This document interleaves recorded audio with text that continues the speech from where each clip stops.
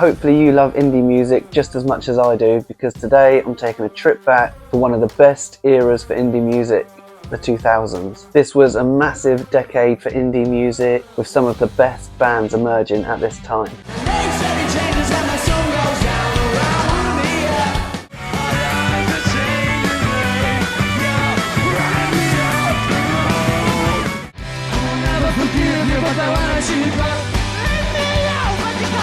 I've put together my top 5 indie bands that defined the era for me, and bands that I still love listening to this day. Let me know if you agree or disagree with me. Some of you might hate me after this, some of you might love me.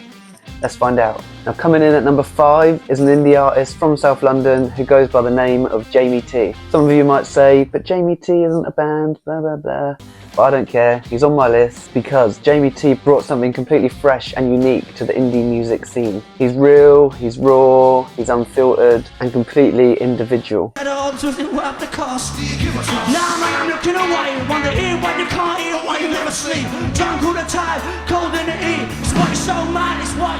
The one thing I love about singers is when they sing in their natural voice, and Jamie T embraces his South London twang, like in his song Sheila. Sheila goes out with her mate Stella. Who gets poured all over her fella, cause she says man he ain't no better than the next man kicking off us. His sound is totally unique. He blends elements of ska, hip hop, punk and indie all together into one, and he's completely true to himself. He creates songs that he wants to hear rather than songs that maybe commercially he should make. He's a perfect example of an artist who refuses to conform. TikTok is so important now. Right. Have you thought about that kind of element of things? I'll tell you, no. And I love his individuality, so that's why he's made it onto my list.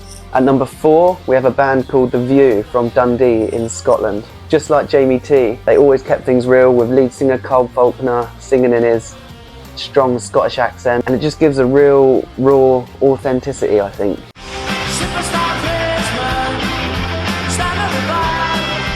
You can hear the influence of punk. Some of their songs are like really fast paced and gritty, and you can just feel their love and passion for music. Like Cole Faulkner throws in random noises when he's performing, like a ah or a ree. Little screams, little funny noises, and it's just, you can feel how much he loves the music, how much he loves performing, and it's that raw passion that just gets me, hooks me in. And it makes it hard not to have at least a little bop along when listening to them.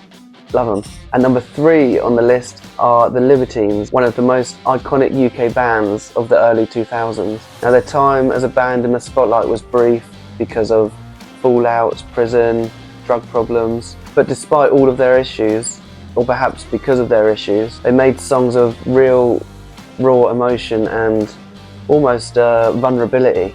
The Libertines had a deep passion for music and poetry, and you can feel it in every one of their songs. They have a few songs referencing heroin addiction. Their song Time for Heroes was about police brutality in the London riots. Did you see the stylish kids in the riot, shoveled up like monks, set the night on fire, wombles bleed, truncheons and shields, you know I cherish you, my love. And their song Can't Stand Me Now was written about the two lead singers' love-hate relationship for each other. They had fallen out, but even then they used it as a way to create music and art from that place of real emotion and vulnerability.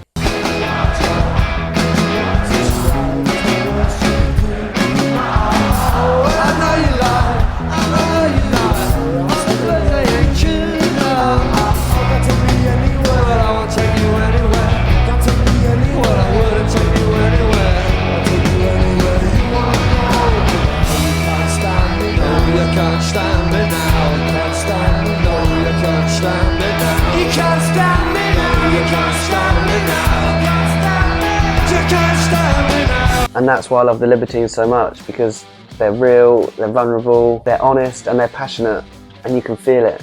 Now at number 2 on my list are the Arctic Monkeys, whose first 2 albums are 2 of my favourite albums of all time. I just love their story. A few teenagers who loved the Strokes and wanted to be in a band. So they taught themselves some instruments and boom, Arctic Monkeys were formed. They weren't musical prodigies, they were just some real northern lads who loved music and wrote songs about going on nights out in their local area. They gave away those songs for free and everyone loved it, and they blew up.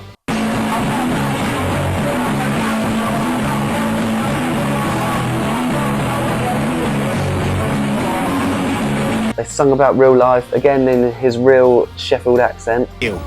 Alex. From? Sheffield. From?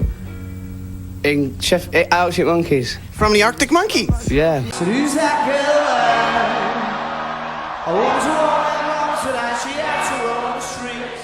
She don't do major credit cards, I doubt she does receipts. That's all not quite legitimate. With passion and fun, just a love for music. They didn't try and fit in a box, they weren't trying to be anyone special. They were simply a bunch of lads writing about real life. Now in more recent times they have gone a bit more deep and sexy and American. And satisfaction feels like a distant memory. Which isn't particularly my vibe, but Arctic Monkeys of the 2000s was a proper raw indie vibe, and I loved them. And finally, at number 1, I have put The Strokes, a band from New York who made incredible music, but they also kind of transformed the UK indie music scene of the 2000s. Their influence on UK indie music was massive. Even bands on my list have admitted that. The Libertines have said they don't think they would have made it or had their success if it wasn't for The Strokes making indie music so popular. Like when the Strokes first came along, our manager, she was supposed to be our manager, but we hadn't seen her for 6 months. And all of a sudden, Strokes came along, and she brightened up pretty sharpish. Yeah, she did. She thought, oh, I know some boys who dress. She smelt with you, Bob, I reckon. Yeah. And Alex Turner of the Arctic Monkeys starts off one of his songs with the lyric, "I just wanted to be one of the Strokes." I just wanted to be one of the Strokes. And then their music itself was amazing. Their songs have so many layers and catchy riffs, and Julian Casablancas' vocals are so crunchy and gritty and raw. It gives them such a unique sound.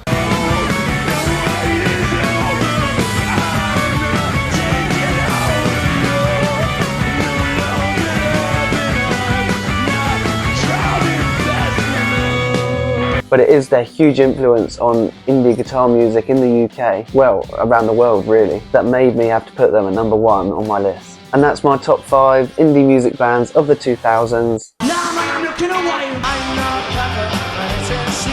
You can't stop me now. Jesus, all not quite legitimate.